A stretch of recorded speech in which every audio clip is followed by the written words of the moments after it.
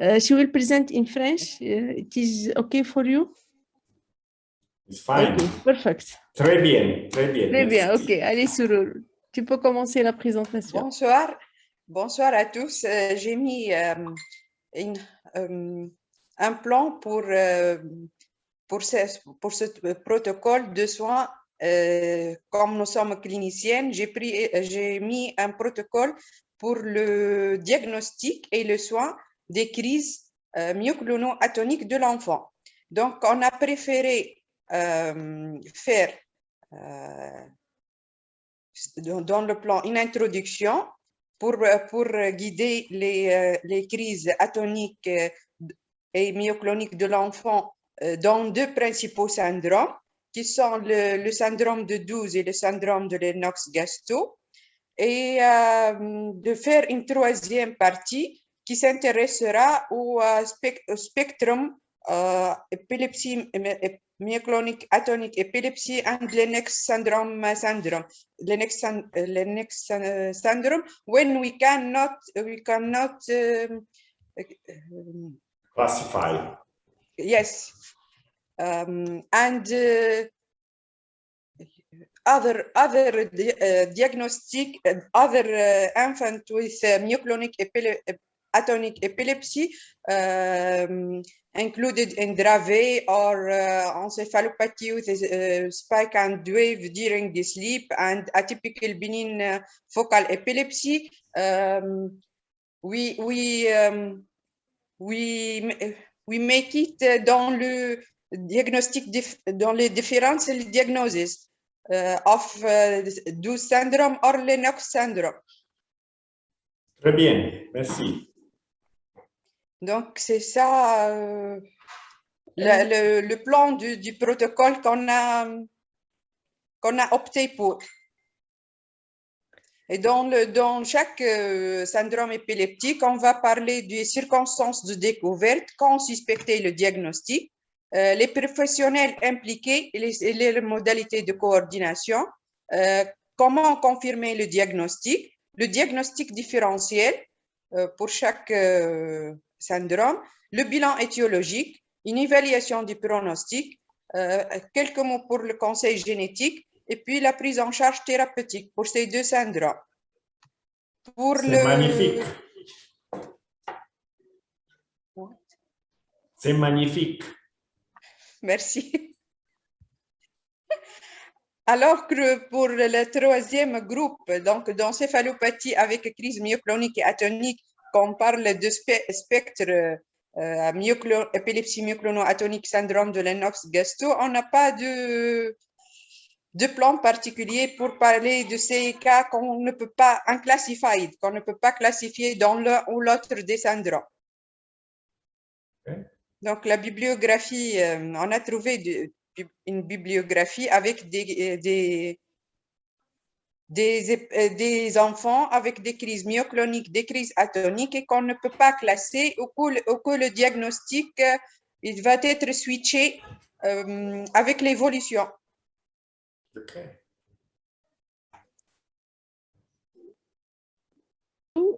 This classification to divide DOO syndrome, Lennox-Gastaut syndrome, and to include to the other diagnosis or not specific syndrome to a third group? I think it makes sense. And then the best approach is to show clinical examples. Exemplificative cases would be very helpful to support this patient dissection, this category dissection. But I think overall it makes sense. Okay. Clinical cases can be included in the end of the part or with each groups, with each group, or in the end of the.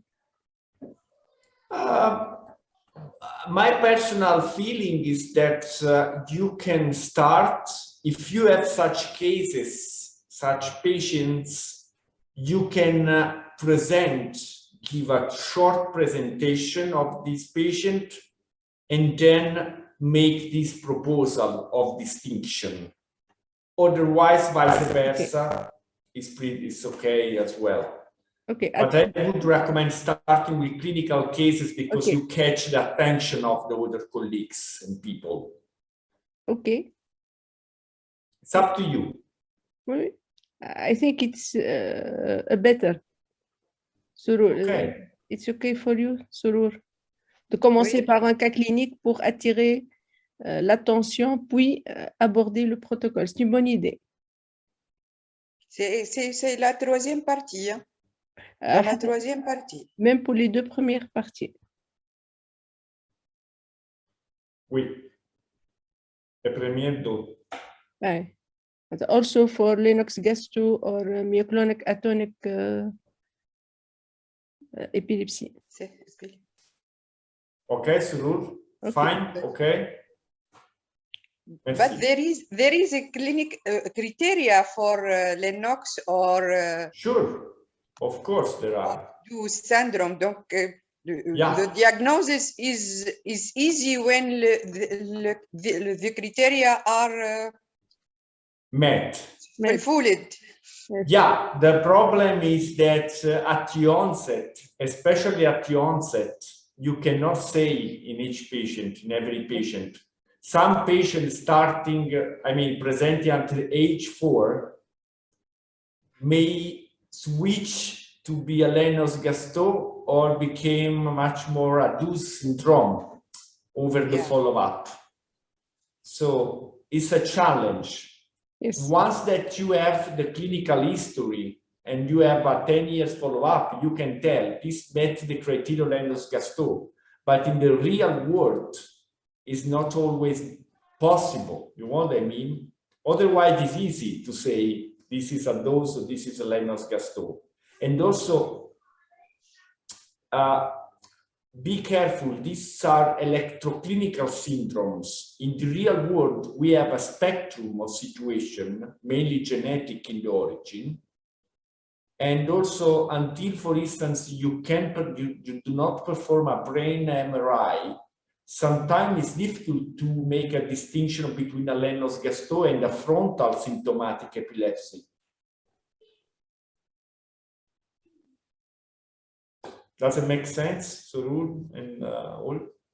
Yes. Est-ce qu'on doit discuter les autres épilepsies qui donnent des crises myoclono-atoniques qui ne sont pas Lennox-Gastaut et on met les critères ou juste on les met dans les diagnostics différentiels? Est-ce que c'est important de mettre... par exemple, les épilepsies atypiques bénignes, atypical benign partial epilepsy and acute POX, est-ce qu'on doit les mettre dans seulement le syndrome diagnostic différentiel ou discuter une par une les critères et parce que parfois c'est pas très clair. For unclassified patient. It's a question for me? Yes. Oui. I do classify patients. It's better to include them in a specific group or in differential diagnosis. I think that both things are needed because you have to say what cannot miss in Lennox-Gastaut. Let's take the sample Lennox-Gastaut. Lennox-Gastaut is a spectrum, an electroclinical syndrome, and is a spectrum. You do not have a clear biomarker except from the EEG. So I think for Lennox-Gastaut, the correct approach is to say what you cannot miss. Atypical absences and the typical slow wave EEG. If you have these two things, at least you may fall in the spectrum of Lennox-Gastaut. But if you have a tonic seizure alone, or you do not have the fast rhythm EEG, I'm not sure this doesn't meet the criteria of Lennox-Gastaut. So I think that this is the correct approach to the electroclinical syndromes. But even some patients with Dravet syndrome, let's not consider SCN1A genetic testing, okay? Blind to genetic testing, some patients may show an overlap between these syndromes. Yes, right. I think it's better. Yes, I agree with you to make that at the beginning. Classifying a patient in a syndrome is not always easy. So Yeah, we must, or at least, I mean, not easy, but even immediate, not always immediate. yes, I think. Yeah, I agree. Yeah.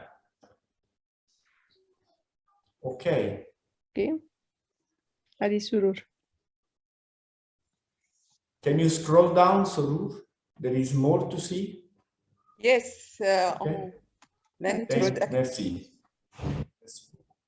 Donc, pour l'introduction, désolé, c'est en français le protocole parce que c'est la langue qu'on utilise.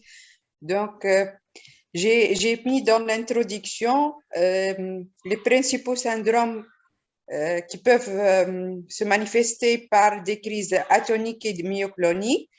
Donc, j'ai dit qu'il peut être difficile de distinguer l'épilepsie myoclonique atonique et du syndrome de Lennox-Gastaut. Donc, les caractéristiques communes entre l'épilepsie myoclonique myoclono-atonique et le Lennox-Gastaut se traduisent par une partie de patients qui ne correspondent réellement à aucun syndrome et suggèrent un spectre entre ces deux diagnostics.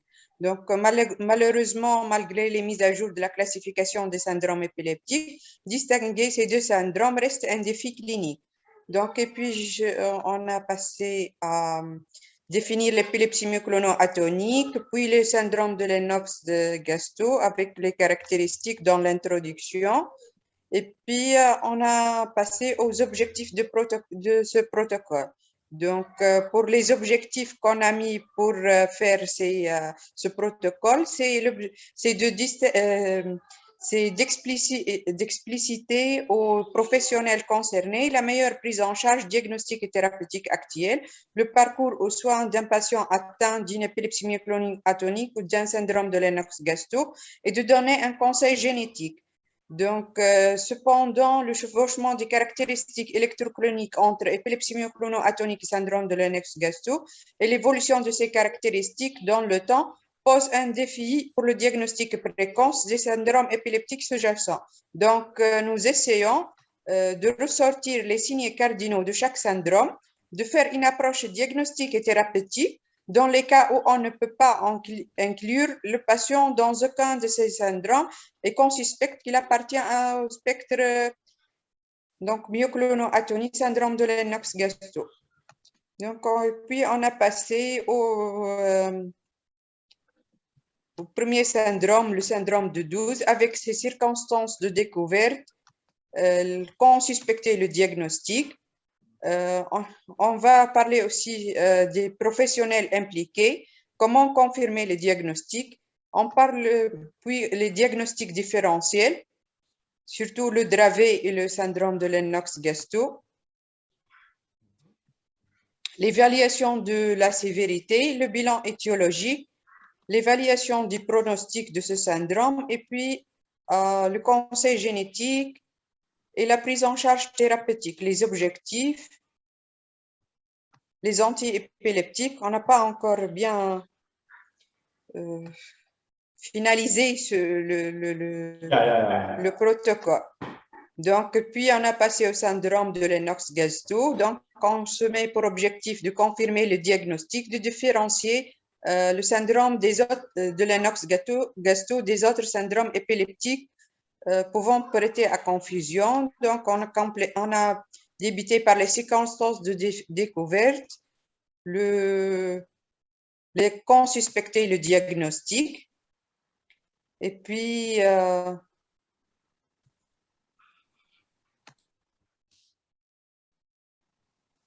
les investigations à visée diagnostique et étiologique.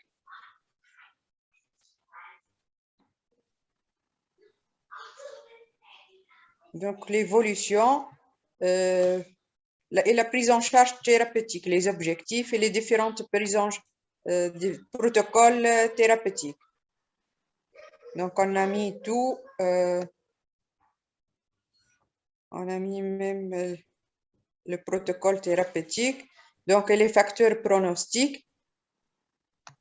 Donc, pour ces deux syndromes, le diagnostic, il y a tant de bibliographie, les critères diagnostiques, les protocoles thérapeutiques, c'est simple, mais on est coincé pour les encéphalopathies avec crise myoclonique et atonique qui sont inclassables. Donc, on n'a pas pu faire un plan pour détailler cette partie donc, du protocole. Voilà. Magnifique. I have some suggestions to improve this excellent document. If you can provide some examples, pictures of EG, typical EG, this would be great. And also when discussing the diagnostics, I suggest to show an algorithm. So electroclinical syndromes, neuroimaging, you know, sleep EG for Lennox-Gastaut, which is very important, array CGH or exome sequencing. So try to have a diagnostic algorithm. I have something already done, so I can send you something if you need. But I think that with figures and images, this is a much more outstanding work. Okay. And also you can also aim eventually to publish it. Why not? Pour les encéphalopathies avec crise myoclonique et atonique, on doit faire un protocole quand est-ce qu'on va évaluer, quand est-ce qu'on va faire un EEG, quand est-ce qu'on va le répéter. Donc, on doit faire un protocole pour voir l'évolution et pour pouvoir classer ces patients. I have a table, not a protocol, but I have a table that may help in supporting the differential diagnosis. And I can send you eventually. Yes. And I think we must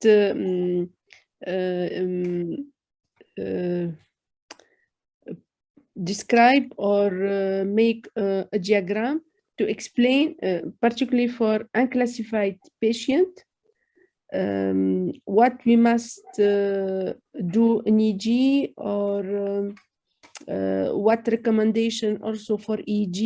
It must be a EG, etc. When repeat EEG. When also. Follow up, genetic analysis. Genetic analysis, when we must do genetic analysis. Particularly for unclassified group, but also for known syndrome, for DUS syndrome or Lennox-Gastaut syndrome. Also, we must make, as you say, a diagram. A scheme, diagram. A diagram to explain the different steps during the follow-up of patient. Also. I agree, sure. Good job, Surur. Thank you. Merci beaucoup. Yes, good job, Surur and Emna. Sorry, Ella, of course. The group, the team, the keep. The team, yes. Like keep. Another question. For guidelines for EEG, séparer comme il faut les guidelines EEG, we can let it in this protocol or another protocol. I think it's another protocol on the whole spectrum of developmental epileptic encephalopathy. I don't think it makes sense for each syndrome.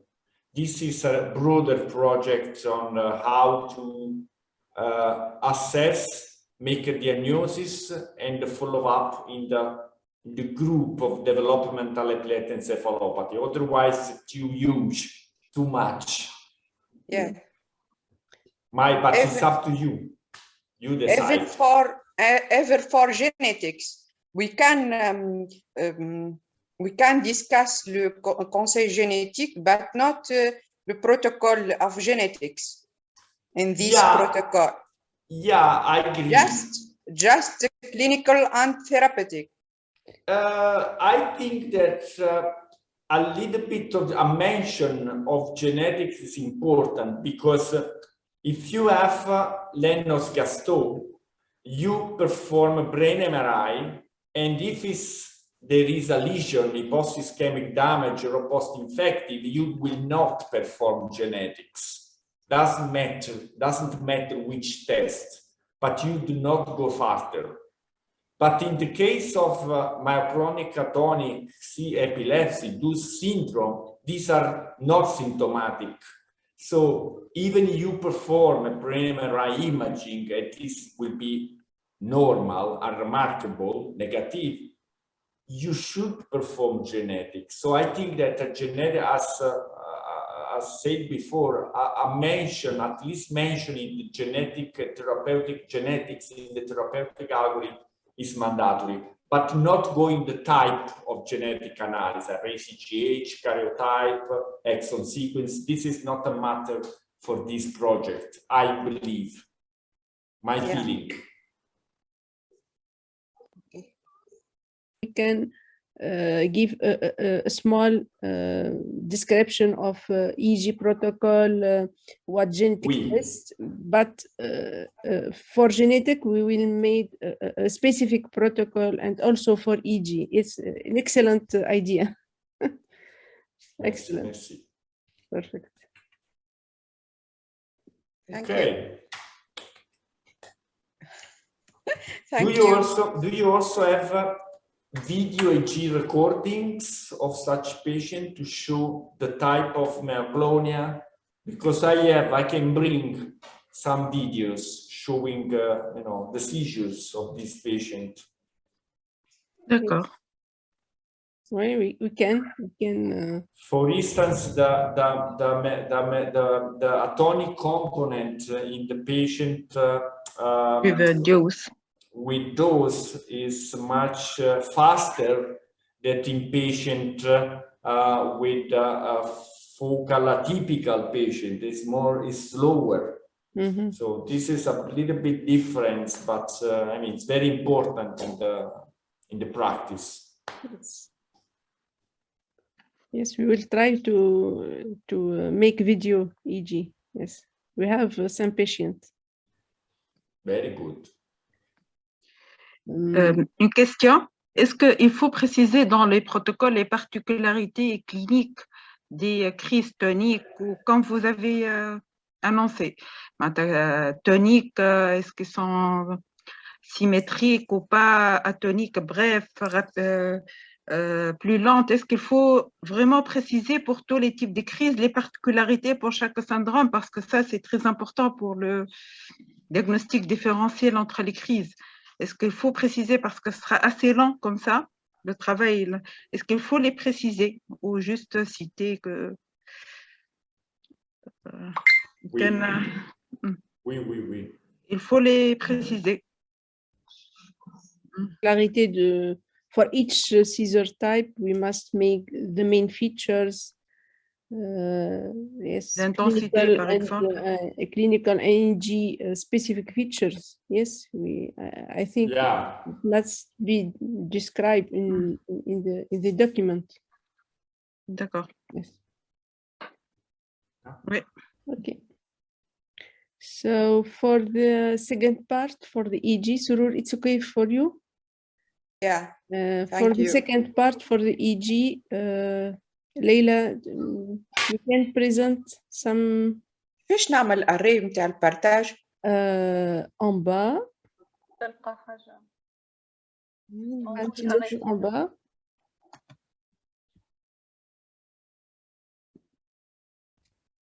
ما لقيتش. Ouais, je vais arrêter pour toi. Je l'ai arrêté. Allez. باهي، Bon. ça va. Leila, tu peux partager? عندي la main.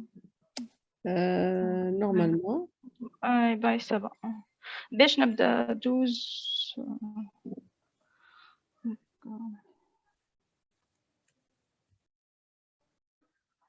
So it's a PowerPoint presentation. Just the main idea. The main idea. So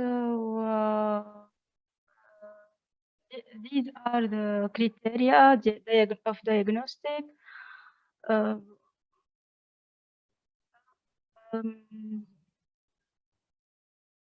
So what is what are problems that we can see with those in the onset? Donc it can be not clear. There is sometimes differential diagnostic with the tonic seizure that we have to do with the EEG, and the overlap with other syndromes. Objectives of this work is to know the methods and parameter to control for EEG in the case if we suspect a myoclonic atonic seizure epilepsy. What are criteria in the EEG to orienter donc le diagnostic vers cette épilepsie? And if there is a role of neurophysiologist to for the genetic consultation. So it's a work that with a large bibliography. There was a main article that was taken, the task force part 2 of the ELR. Protocol of records. So we have to do wake and sleep with polygraphy, ECG, EMG of 2 deltoids. Afin de trouver les myoclonies 1 hour, hyperventilation ou des pleurs for absences.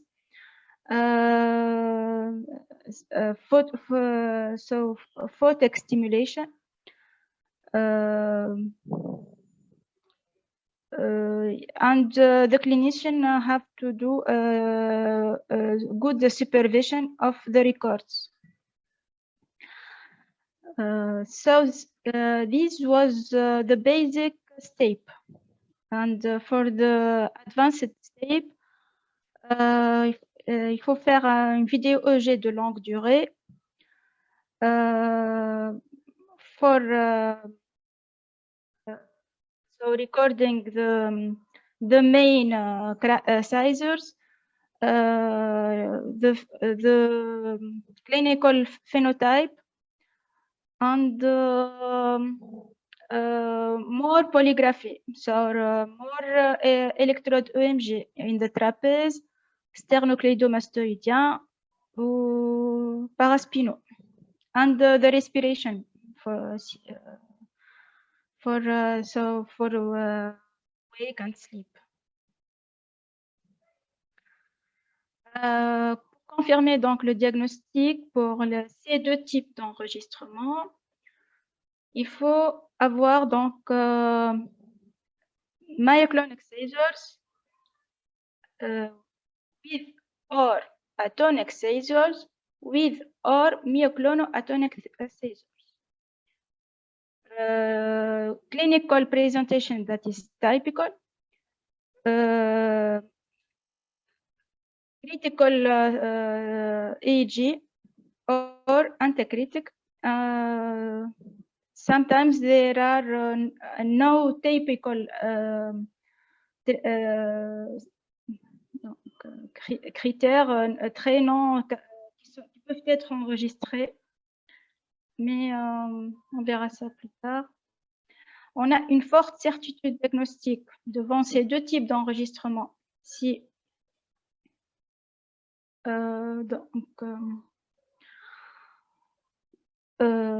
paroxystic anomalies are recorded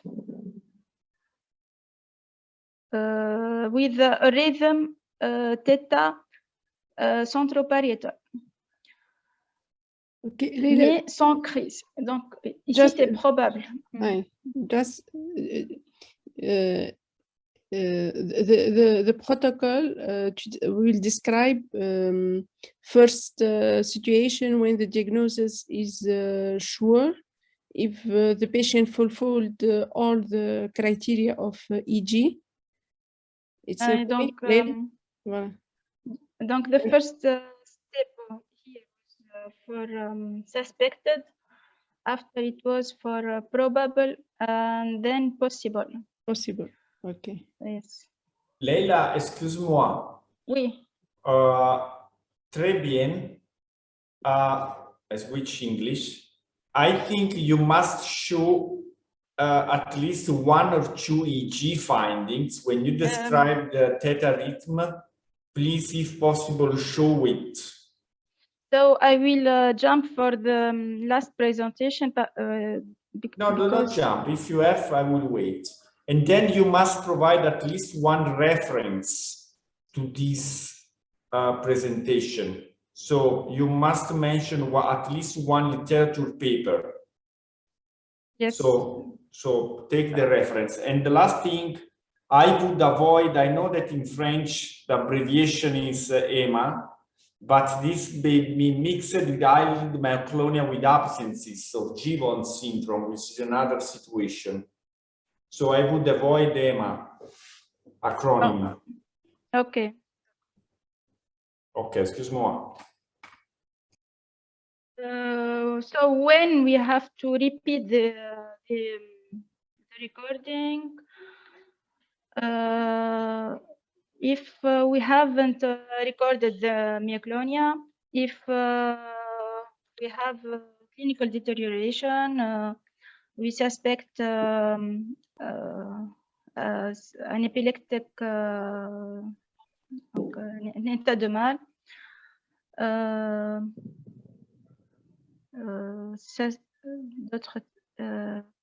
If we suspect other syndromes, what could make adapt for the diagnostic of this epilepsy? If we have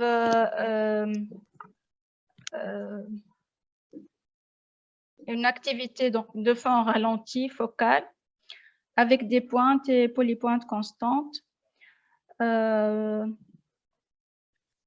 de crise myoclonique et des crises toniques à la présentation clinique au départ.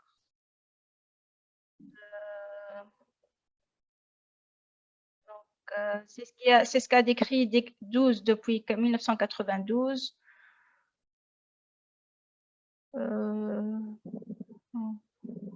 On l'avait.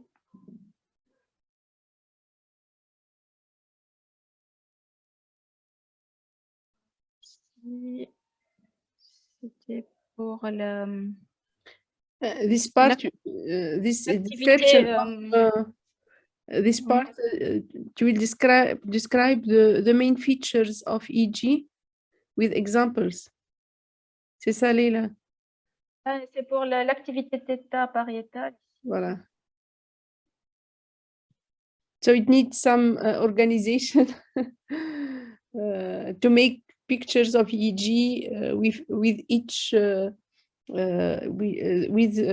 into the paragraph when describe the EEG. Yeah, use the images to comment, to support the written part, the text. It's much better. But it's fine, it's okay. So in the wake we have ce ralentissement de l'activité de fond avec parfois des bouffées. Bon, ça c'est juste ça. Donc après à l'EEG intercritique.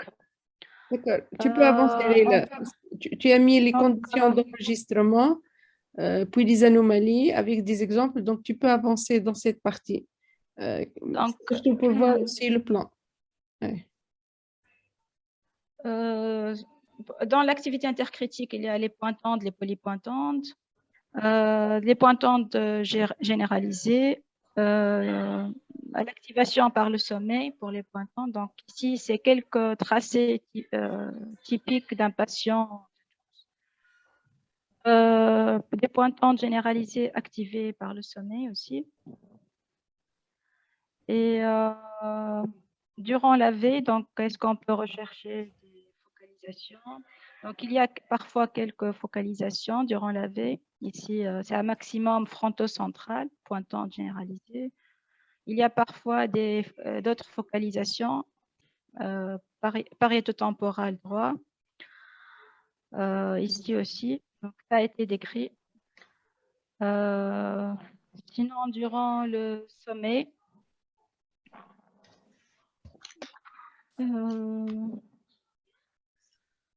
donc durant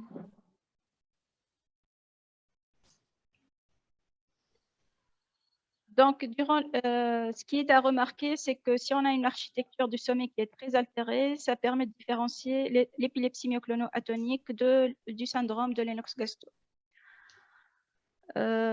Pour les épreuves d'activation, donc c'est surtout l'hyperventilation qui a montré un intérêt. Sinon, pour les crises, il y a la flexion myoclonique, les crises myoclono-atoniques et les crises atoniques. C'est ce qui a été décrit. La flexion myoclono-atonique, donc ici j'ai une crise myoclonique. Donc on remarque bien la bouffée ici donc généralisée avec la contraction musculaire qui se succède.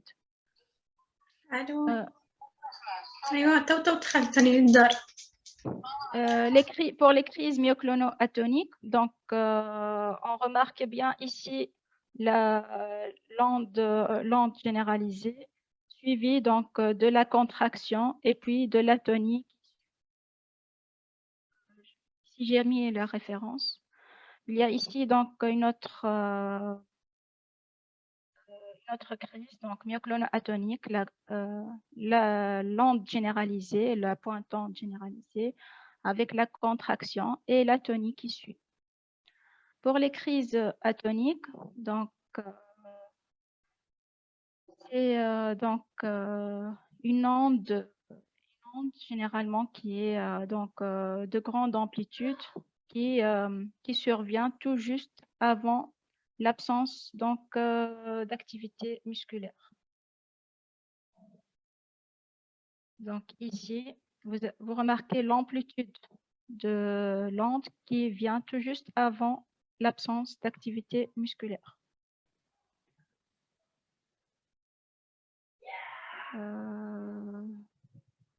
Donc j'ai mis cette image d'un bouquin où on remarque bien le silence post-myoclonique. Après l'onde lente. Et aussi, donc, c'est une autre crise atonique. Et la succession. Choose some typical aspects and atypical, and to distinguish the typical pattern of atonic, myoclonic, tonic seizure, and to describe also some atypical aspect or differential aspect between the main syndromes. So, Oui, I agree. I agree. And also you may comment that in some patients, the EG findings may change during treatment. That's also important. So I agree that it makes sense to make a distinction at diagnosis, at the onset of therapy, typical versus atypical or under treatment. It's a good suggestion, I agree. So you have to do that with cases. yes, with cases or also A follow-up of cases. yes.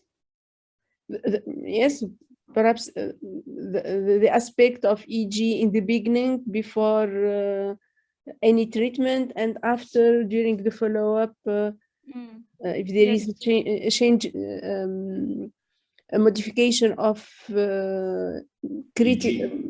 yes EG in ictal EG or interictal EG. I think. Yeah, for instance, there are some of these patients taking sodium channel blockers and the EG may worsen. There are some case reports.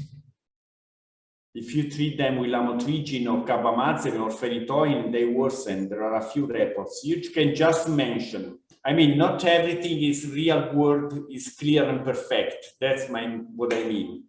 Yes. Not all people are experts. So you must think about the syndrome, but you know, the phenotype, the electroclinical phenotype may not be striking. Otherwise, it would be easy to be epileptologist. Yes.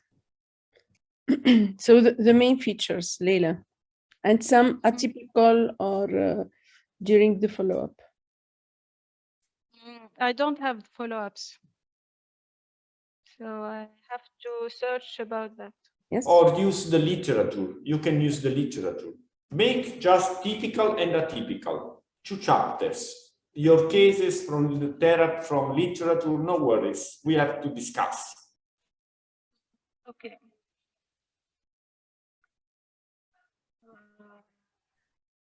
So other seizures that are typical, so absences.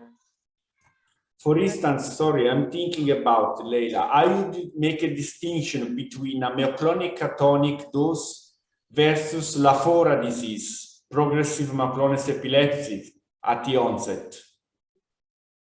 That's important. Based on the EG findings, polyspike, I can support you, so don't worry. It's not, you know, don't be scared. But in the clinical practice, we have to show these things. Okay, let's think about and happy to discuss. So I have theoretical. I haven't practical cases here. Les signes de pronostic défavorable, l'orientation génétique.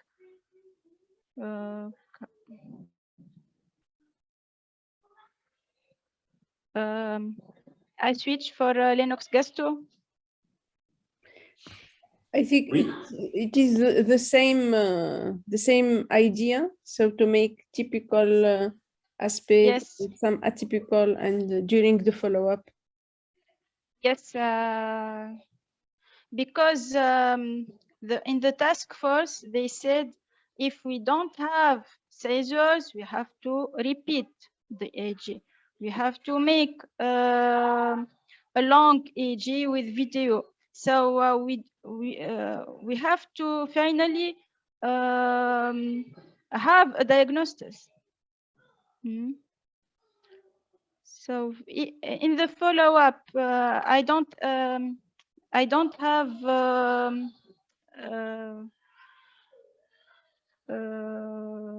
in the literature what they said about therapeutics, and I didn't search that.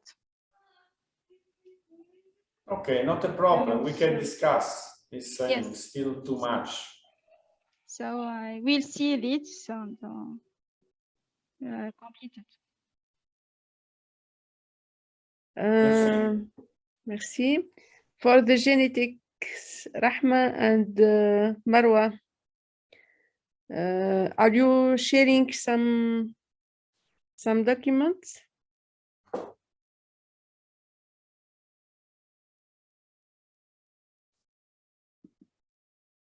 For sure.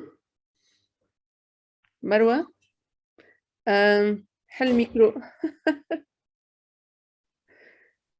Okay. Alors, bonjour tout le monde. Bonjour. Excusez-moi, je vais parler en français. C'est ce que je maîtrise très bien. Alors, pour la partie génétique, on a essayé de faire une bibliographie pour voir quels sont les gènes candidats impliqués dans le syndrome de Lennox-Gastaut. Bon, j'ai préparé quelques diapos dans lesquels j'ai mis les gènes candidats, de nouveaux gènes candidats et d'autres qui sont décrits. Je vais partager mon écran. Voilà. Donc, comme vous savez tout le monde que le syndrome de Lennox, c'est bon? Très bien. Donc, ce syndrome est caractérisé par une déficience intellectuelle. Il se caractérise par des multiples crises convulsives qui sont des crises toniques, atoniques et absence atypique et des anomalies de l'EEG. Donc, on a commencé par l'analyse d'un article que je vois qu'il est vraiment intéressant. Characteristics of genetic variation associated with Lennox-Gastaut syndrome in Korean family.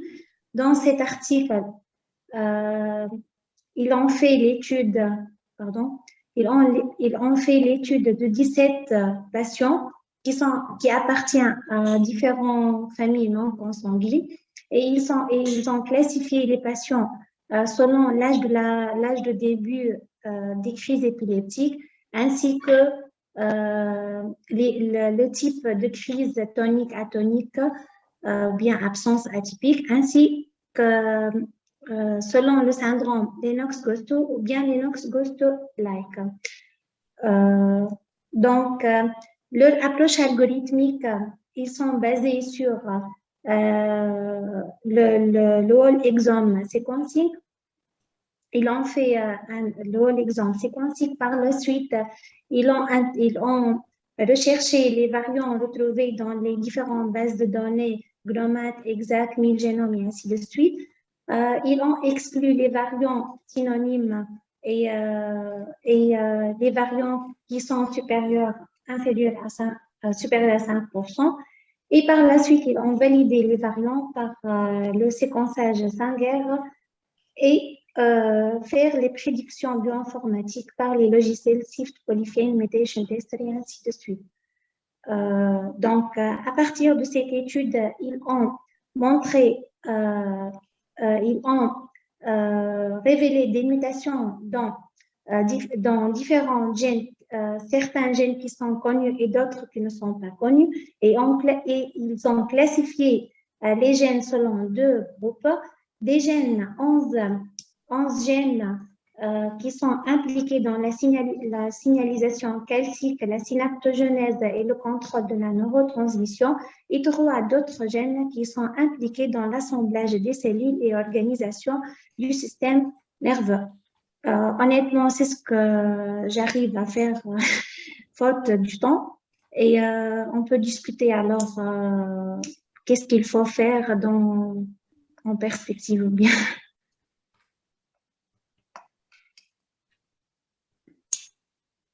I don't know. Excuse me. No, finished. Yes, have you finished, Marwa? It's over? Yes, I finished. I don't do a good thing because I haven't enough time to do all to do this work, and I don't understand what should I do exactly in this presentation.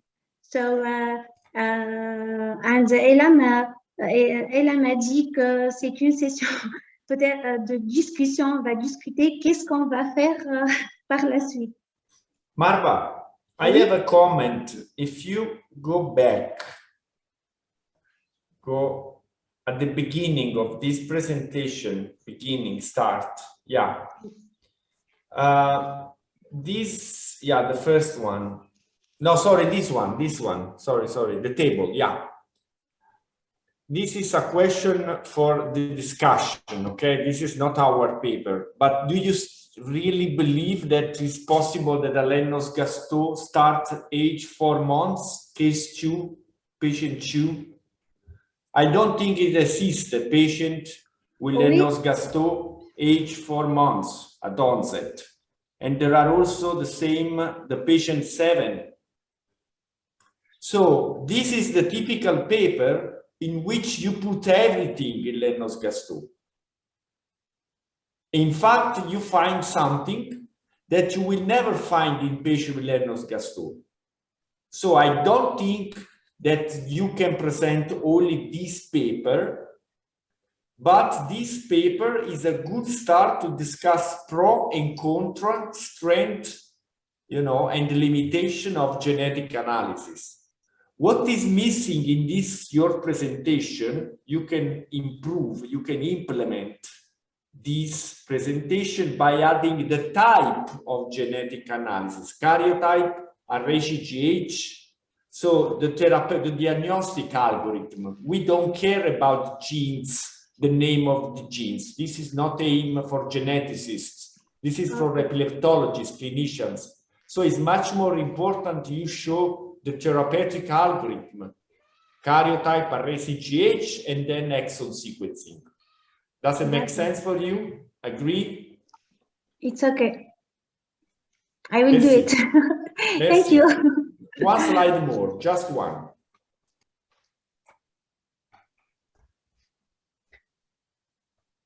So in Lennox-Gastaut, for example, if we have facial dysmorphia or other somatic anomaly, we begin with karyotype or with CGH array, etc. And exome sequencing will be done for other patients without malformation. So we must describe this patient, and if brain MRI, we have normal MRI, or if we have polymicrogyria or other. So wonderful. And after, I don't know for Lennox-Gastaut if there is some panels of gene, or we must. There are. I can send you something, but I mean, we can also discuss in person as you want. This is just, something to start the discussion. It's not an examination. Yes, so don't worry, it's fine. And also for patients who are unclassified Lennox or DUS syndrome, also what we must begin in the genetic evaluation. So also, yes, we must describe this situation also. Yeah, comorbidities, if there are other organs, abnormalities. Yes. That's important. I agree. Yes. Okay, good job, Marva. Merci. Thank you. Thank you very much, Professor Pasquale. Just Pasquale, please. Pasquale, excuse me. Pasquale. We must speak also Italiano,